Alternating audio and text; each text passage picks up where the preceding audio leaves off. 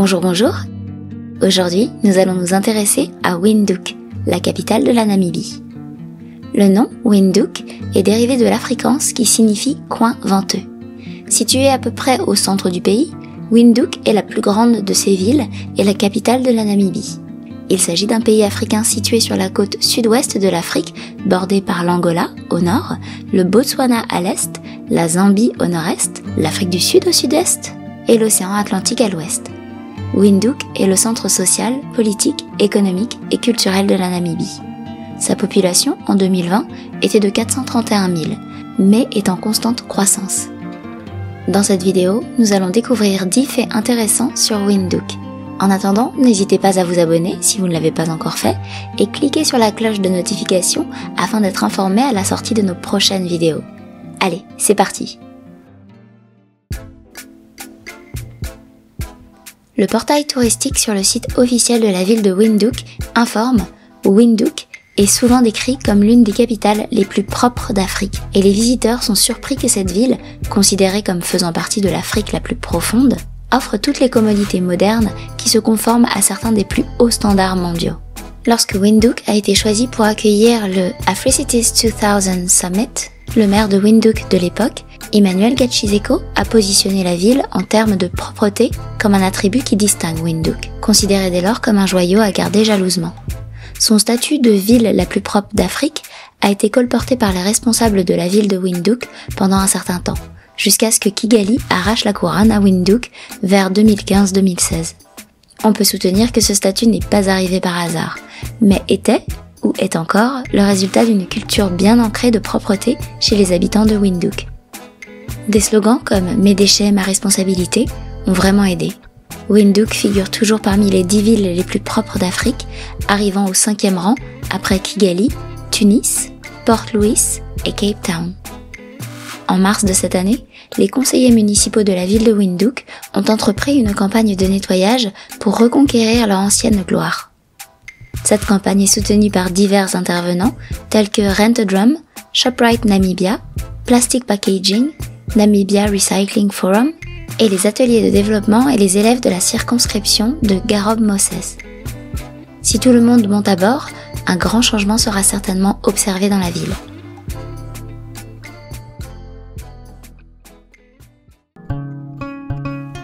En partant du centre-ville et sur votre chemin vers le Klein Windhoek, en passant par Sam Nujoma Drive, vous verrez 3 châteaux sur votre droite. Le plus grand et le plus visible est le Schwerinsburg. Cette tour a été construite en 1891 par Kurt von François lors de la construction de l'Altfest.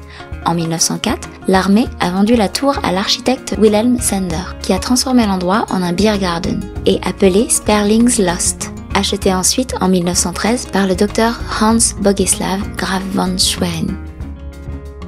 Celui-ci a d'ailleurs engagé Wilhelm Sander pour convertir la tour en un château qui sera utilisé comme une maison privée. C'est à ce moment que ce nom lui a été apposé. Aujourd'hui, c'est désormais la résidence de l'ambassadeur de l'Italie en Namibie. Le second, le château Heinitzburg, a également été construit en 1914 par l'architecte Wilhelm Sander. En 1916, il l'a vendu à Hans Bogislav Graf von Schwerin, qui l'a nommé Heinitzburg après sa construction. C'est désormais un hôtel public qui comprend un restaurant. Enfin, Sanderburg a été construit entre 1917 et 1919 et est le plus petit des 3 châteaux construits par l'architecte Wilhelm Sander, et qui fut également sa résidence privée. On notera que son style combine plusieurs caractéristiques médiévales. Alors, quelle langue pensez-vous que vous entendriez le plus souvent en centre-ville ? Pendant le régime de l'apartheid en Namibie, l'allemand, l'anglais et l'afrikaans étaient les langues officielles du pays. Cependant, en 1990, après que la Namibie ait obtenu son indépendance de l'Afrique du Sud, l'anglais est devenu la langue officielle. Les langues les plus parlées dans les foyers namibiens sont les dialectes Oshiwambo, pour 48% de la population, Kukugowap, pour 11%, Afrikaans, pour 10%, Rokwangwali, pour 9%, et Odi-Ereo, pour 9%. Les autres langues autochtones comprennent les langues Bantou, Setswana, Kirikou, Foué, Kuhane, Bukushu, Yeyi et les langues Khoisan comme Kung et Koka et Naro, entre autres. L'anglais, La langue officielle est la langue maternelle de 3% des habitants. Le portugais est parlé par 4 à 5% de la population totale, composée principalement de la communauté angolaise, le nombre d'Angolais en Namibie ayant diminué entre 2014 et 2015, principalement touché par la crise économique du pays voisin. Parmi la population blanche du pays, 60% parlent afrikaans, 32% allemand, 7% anglais et 1% portugais. Les langues autochtones sont incluses dans le programme scolaire au niveau primaire. Le moyen d'enseignement au niveau secondaire est l'anglais. L'afrikaans est la seule langue qui se rapproche d'une lingua franca et qui est parlée par la plupart des habitants des villes noires avec l'anglais et leur langue maternelle.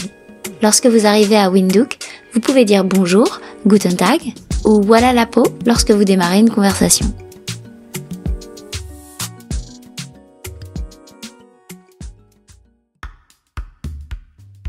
L'Afrique est bien connue pour sa riche diversité d'animaux impressionnants en pleine nature, principalement pris en charge à des fins touristiques.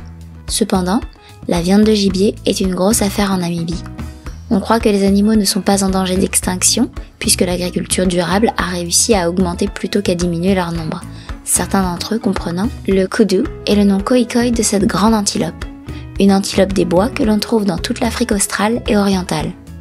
Le kudu schnitzel et Springbok stroganoff kudu est fabriqué à partir de bœuf kudu, accompagné d'une sauce au fromage, au beurre de citron ou aux champignons servis avec du pain qui rehausse définitivement le plat. Le Springbok est également une antilope de taille moyenne que l'on trouve principalement en Afrique du Sud et du Sud-Ouest. Un sauté de bœuf stroganoff Springbok avec des champignons, du poivre noir, du paprika, de la muscade et un peu de vin blanc et de crème fraîche sonne comme un repas à faire tomber. Notez que vous pouvez vous y essayer à l'Etosha Safari Lodge. Si vous avez déjà tenté les plats précédents, pourquoi pas vous essayer au steak impala. L'impala est une antilope de taille moyenne trouvée en Afrique orientale et australe. Sa viande, mangée avec une sauce au poivre et quelques légumes cuits au four, font une combinaison impressionnante. Vous pouvez vous y essayer au Kulula Desert Lodge. Et sinon, le steak d'oryx, ça vous dit ? L'oryx est une grande antilope avec de longues cornes en forme de lance, un cou épais comparable à celui du cheval, une crinière courte et un corps compact et musclé. Sa viande cuite et servie avec d'assez grandes pommes de terre cuites est à la fois tendre et savoureuse. Vous apprécierez certainement ce plat et vous pourrez le déguster à la Joe's Beer House. Si vous en avez l'occasion et que vous ne vous en sentez pas trop coupable, goûtez l'un de ces gibiers. Vous pourrez aussi trouver du Ellen steak, du zèbre, de l'autruche et des viandes de crocodile dans certains des grands restaurants de Windhoek. N'oubliez pas de nous partager ci-dessous vos expériences.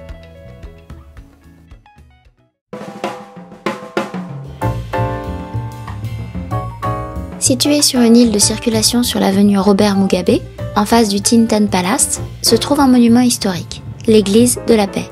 C'est l'église luthérienne de Windhoek, appelée l'église du Christ ou Christuskirche. Après la fin des guerres entre les Allemands et les Khoikhoi, Ereo et Ovambo, en 1907, la cérémonie d'inauguration des travaux a eu lieu et le 16 octobre 1910, l'église a été ouverte et dédiée comme église de la paix. Christuskirche a été conçue par Gottlieb Redeker, un architecte du gouvernement allemand qui a rédigé les premiers dessins en 1900 et 1901. Les plans définitifs n'ont pas été achevés avant 1906, perturbés par les soulèvements Ereo et Nama contre la domination coloniale allemande.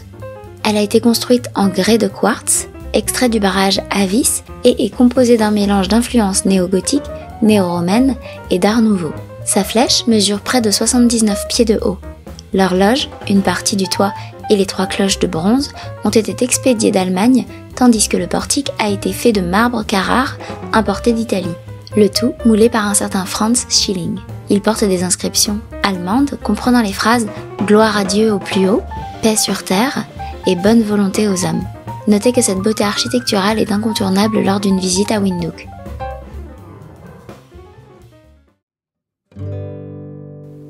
Le musée national est situé à 3 endroits différents dans le Central Windhoek. Le centre d'exposition d'Owela abrite la collection zoologique et scientifique générale. Il est situé dans la rue Loederitz et il partage un bâtiment avec la bibliothèque publique de Windhoek. L'Owela abrite principalement des expositions sur des éléments de l'histoire naturelle namibienne et certaines pratiques culturelles traditionnelles du peuple namibien. Ensuite, le musée Altefest abrite la collection historique de la période coloniale de la Namibie, ainsi que son passé récent. Celle-ci est hébergée à l'Altefest, à l'avenue Robert Mugabe, à côté du musée commémoratif de l'indépendance. L'administration et la bibliothèque du musée national, établie en 1963, sont situées également sur l'avenue Robert Mugabe, en face de l'Altefest, où l'on trouve aussi des expositions d'actualité des aspects culturels du pays. Ce musée de Windhoek offre une excellente exposition de la lutte du pays pour l'indépendance à travers des souvenirs et des photos de la période coloniale. Il y a aussi une belle exposition d'art rupestre et d'artefacts autochtones. À l'extérieur du musée, vous trouverez une collection d'autocars et de locomotives qui forment ensemble les premiers trains à voie étroite de Namibie.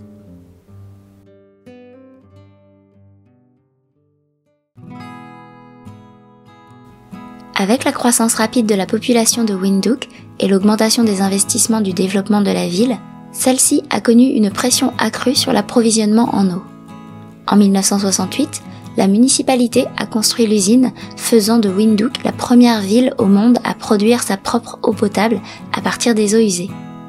En 2002, la ville a construit une nouvelle usine de RPL à côté de l'usine d'origine, qui est toujours en exploitation, mais qui ne produit que de l'eau pour l'irrigation. L'usine de Goreangab est souvent considérée comme le berceau de la récupération de l'eau, et elle est très certainement la seule au monde à raccorder une installation de RPD. De plus, elle produit de l'eau purifiée pour plus de 400 000 citadins. Cette eau n'a pas à être traitée de nouveau dans les stations de traitement d'eau classique, mais est directement acheminée vers les réseaux de distribution. Et il est rapporté qu'aucune maladie n'a frappé la ville en raison de ce système de purification. La nouvelle usine de remise en état, offrant 21 000 m3 de capacité par jour, fournit actuellement environ 35% de l'approvisionnement global en eau potable de la ville. L'usine dont la construction a été achevée en 2002 est devenue une source de fierté pour la ville. Et durant ces dernières années d'exploitation, l'eau a continué à répondre à des normes de prévention et de sécurité élevées tout en protégeant la santé de ses habitants.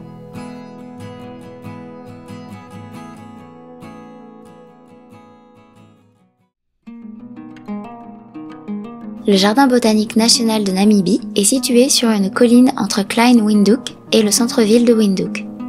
C'est le seul jardin botanique du pays et il fait partie des 5 sous-sections de l'Institut national de recherche botanique et est administré par le ministère de l'Agriculture, d'eau et des forêts. La mission du jardin est de protéger et de promouvoir la flore namibienne tout en fonctionnant comme une installation de recherche, d'éducation et de loisirs pour les Namibiens et les touristes. Le domaine est d'environ 12 hectares. La plus grande partie de la région est non aménagée et sert de zone d'étude pour les étudiants locaux. Un certain nombre de sentiers pédestres mènent à travers le jardin où les plantes ligneuses les plus communes sont clairement étiquetées. Des listes d'oiseaux et de plantes sont disponibles à la réception.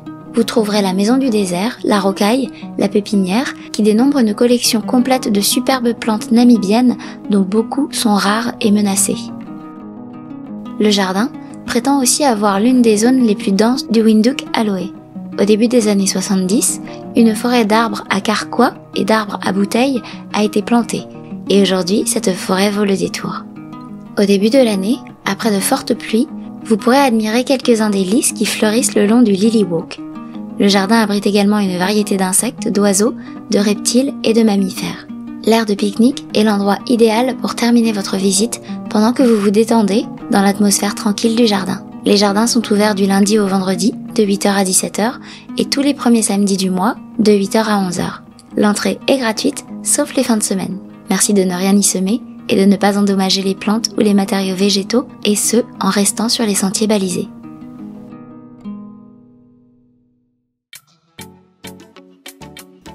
Le Penduka Women's Needlework Project est une organisation à but non lucratif qui aide les femmes locales et moins privilégiées de Namibie à subvenir à leurs besoins et à ceux de leur famille en leur enseignant le travail de l'aiguille.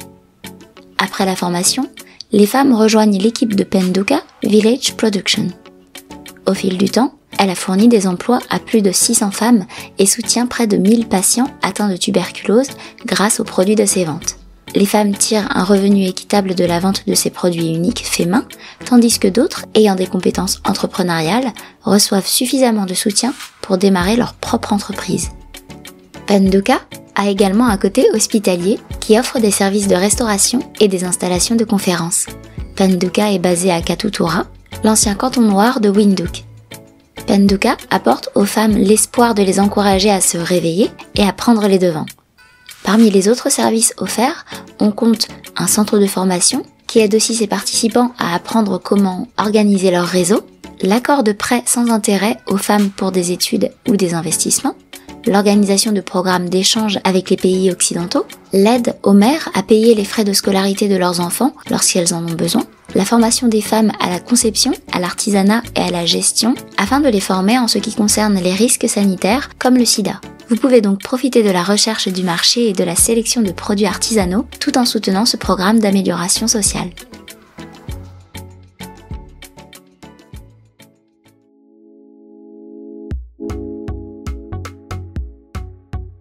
On pense qu'il y a près de 600 millions d'années, une météorite massive a traversé l'espace avant de s'écraser en Namibie, et ce même avant que le pays s'appelle Namibie.